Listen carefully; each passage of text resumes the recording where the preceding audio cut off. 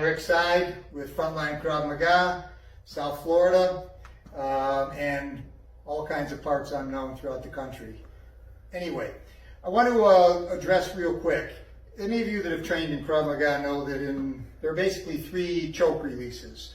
One from the front, pluck and strike simultaneously, or using your bicep high and tight to your head as we rotate down and attack. There's also the 2-hand pluck, which truthfully I'm not a big fan of. I teach it very rarely.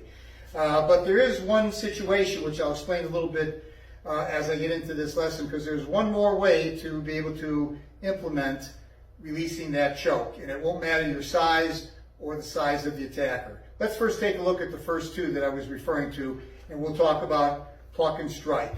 All right, I grab Rachel here, she plucks, and her shot comes up, hits me simultaneously, disrupting me, and then she follows up with counters.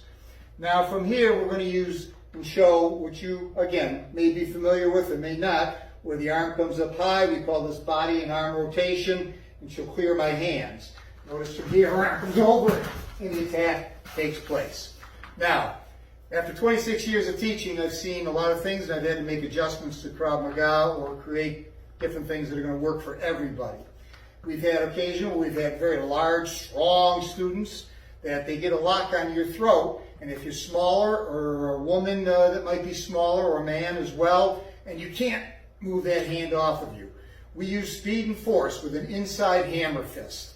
Essentially, you're going to be plucking at the same time using that speed and force to help the momentum to extract that hand off the throat. We're just going to take it to that point real quick, and you'll see a quick follow-up strike in just one moment. So as I'm grabbing Rachel, she hits it, and it's so hard not to react naturally when you do this.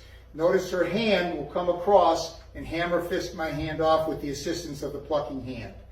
Boom! My hand's still caught here. She's in position to continue to attack. This is so quick they never see it coming. It's all one motion. You'll do this with focus practicing. Let's take a look at it from another angle real quick.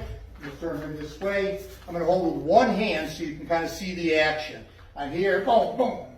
Okay? That strike to my forearm or my wrist area will knock the hand off, still giving you the opportunity to pluck it and mount counter attacks.